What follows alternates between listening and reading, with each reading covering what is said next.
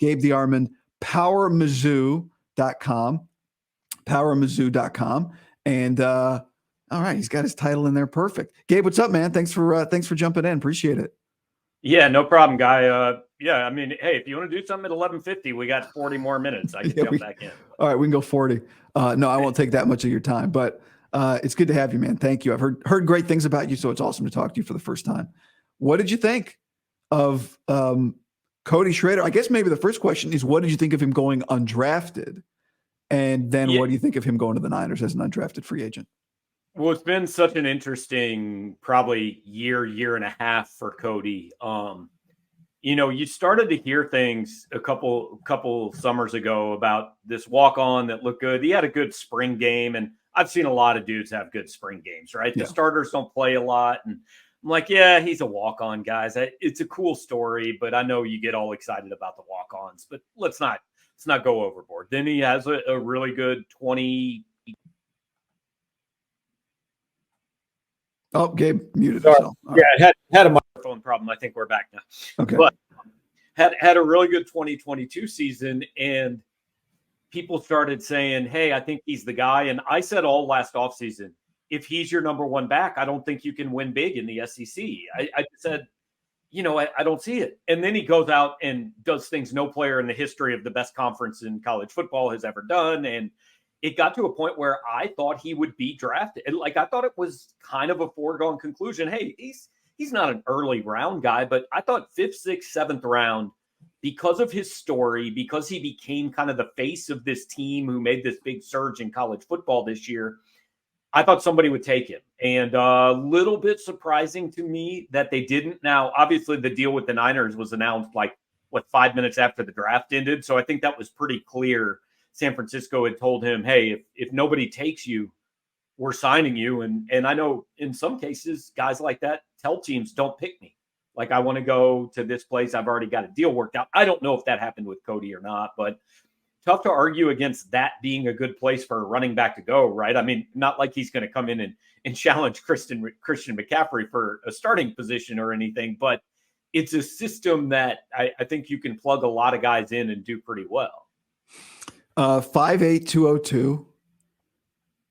He will turn 25 later this year.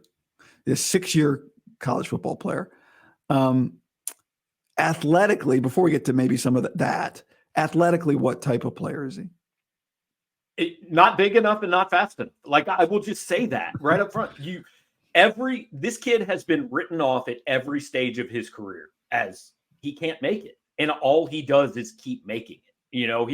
He had one Division I offer out of high school. It was from Northern Colorado. They called him the day before his official visit and said, sorry, we took somebody else.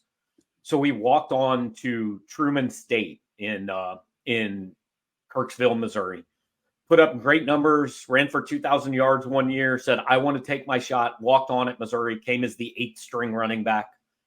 And I mean, led the team, led the SEC in rushing this year. Just a guy that 100%, if you look at him, if you see him on the practice field, you're going to say, why is this guy here? He's not an NFL player. And nothing about Cody says he is an NFL player until he gets out on the football field and he suddenly does everything you want. I mean, a guy walking on from a Division II school in his 5th year and becoming a top 10 Heisman vote getter is, I don't want to say it's never happened because I don't know that it's never happened, but God, it feels like that's probably never happened. Yeah, I mean, you had Baker Mayfield was technically a walk-on, but he was a scholarship Big 12 quarterback in a different place, right? So it's a little bit different. But I'm talking about a guy playing 4 years of college football before he walks on somewhere else from a Division II school. It's insane. Right, unreal. And like Eli Drinkwitz, everybody at Missouri will tell you, no, we didn't know what we had. Because if they knew what they had, they'd have given him a scholarship, right? I've said this a number of times. Somebody is going to write a book on Cody Schrader's football career, no matter where it goes from here. Even if he doesn't make the roster, somebody's writing a book about what Cody Schrader has done. What type of offense were they running at Missouri, and does it translate from what you saw there to what he'll be with the Niners? Yeah, a lot of zone, a lot of inside outside zone runs, stretch play, just kind of find the hole and go. He's a one cut guy, right? Goes along the line of scrimmage, finds the hole, and there he goes. I'm not going to pretend to be intimately familiar with the 49ers offensive scheme. I have watched a couple games of it in the last 4 years. They've been two of my favorite games. I won't say what NFL team we got a Chiefs fan. We got a Chiefs fan. Yeah, but but I think from people who know more football than I do say that hey, it fits what he does pretty well. But let's be honest, Cody's ticket to making this roster is special teams. Yeah. Yeah. And did he play much special teams at Missouri? I mean, I imagine initially he probably did, right? He did some. Yeah. Now I think as he kind of became the guy that, I mean, he was getting 25, 30 carries a game. As he kind of became the workhorse, you probably put that guy on special teams a little bit less. But he's literally the guy who will, whatever, if you tell Cody to go get the towels and take them to the starting running backs, like they're going to have the nicest, cleanest, driest towels they've ever had.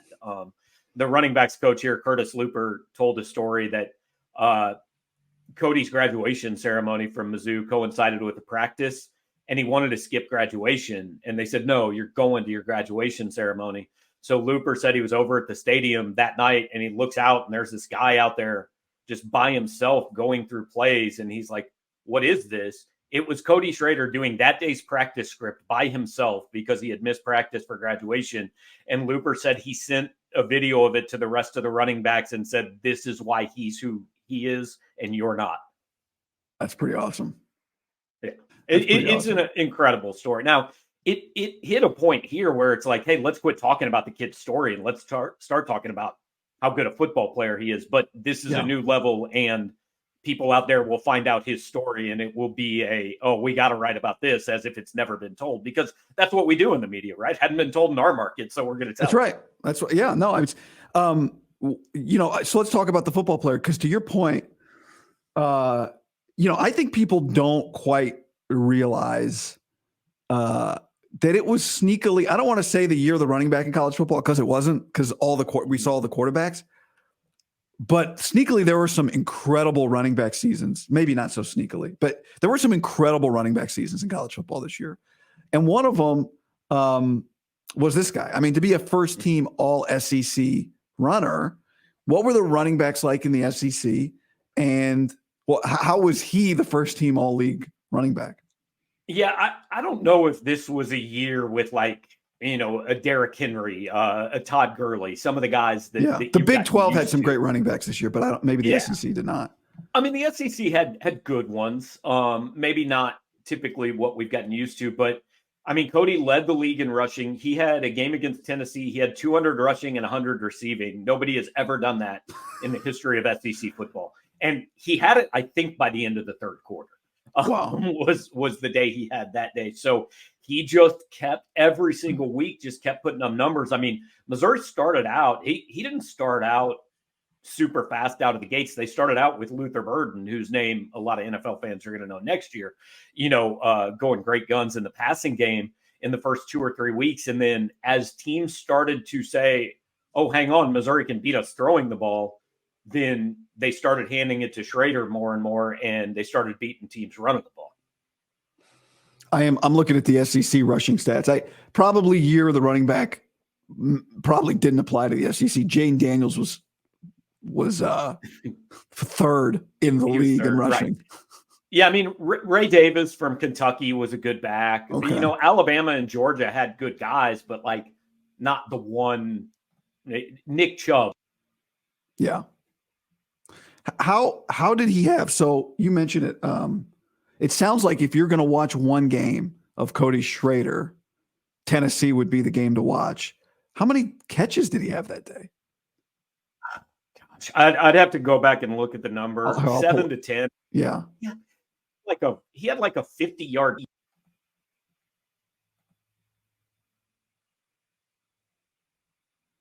Oh, lost you for a second, Gabe. No, what happened to your microphone? Okay. There we go. So okay, we're back. You're back and you're gone. You're gone again. I don't know. AirPods? No, you're not even using. There you go.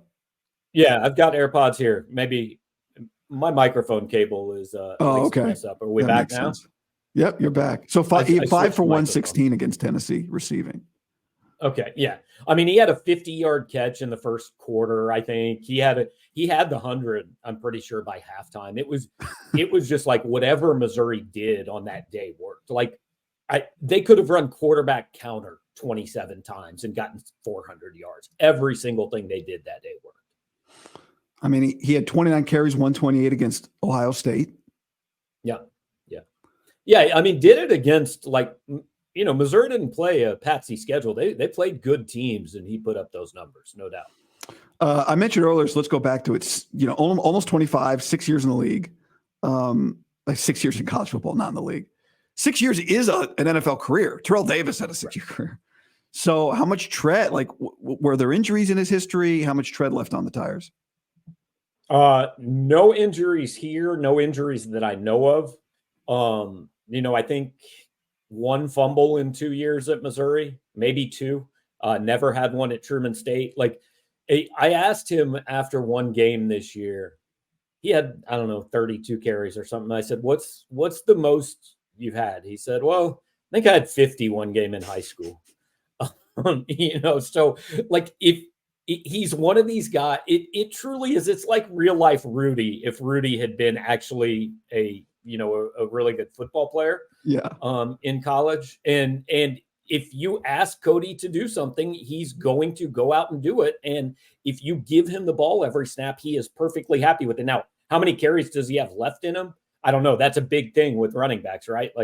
Okay, you already ran the ball 982 times in college. How many times are you going to run it here before something happens? It's a fair concern. Niners tend to really like physical bat, right? Like they love dudes that do not shy away from contact. He's that type of guy. Oh yeah, he'll take a hit, no question. Because he doesn't have the speed or the shiftiness necessarily to run around a whole bunch of guys. So yeah, he's going to have to hit the hole, and he's going to have to break some tackles and make some guys miss. Anything else about Cody Schrader we should know that I didn't ask you about? The guy, we didn't really talk about the kind of, I don't know. I'm sure you've talked to him a lot over the last couple of years. What type of guy? No, it's an amazing story. The fact that this kid is in the NFL at all, however long it lasts, like I said, is an unbelievable story. If he manages to make the roster, which I wouldn't bet against him, if you guys get to talk to him and fans get to hear his story, it's the kid you love, because in the day and age of transfers and NIL and free agency and all that, it's just the kid that you go, yeah, I want that guy playing for the team I cheer for. Because he gives me hope that maybe I could have done it, right? And he just is. He's a really good kid. Good story, and I know a whole bunch of people out here certainly are going to be watching closely. A lot of Niner fans. Not the Venn diagram of Missouri fans and Niner fans probably does not cross over. Would be my guess. There's no. Yeah, I don't think there's a lot of it, but there are more now. I will say, St. Louis has a lot of football free agency fans, right? And those who are Mizzou fans will now, since the Rams left, right? Those who are Mizzou fans probably will be heavily invested in the NFC West with Cody, and then with Darius Robinson going first round to the Cardinals.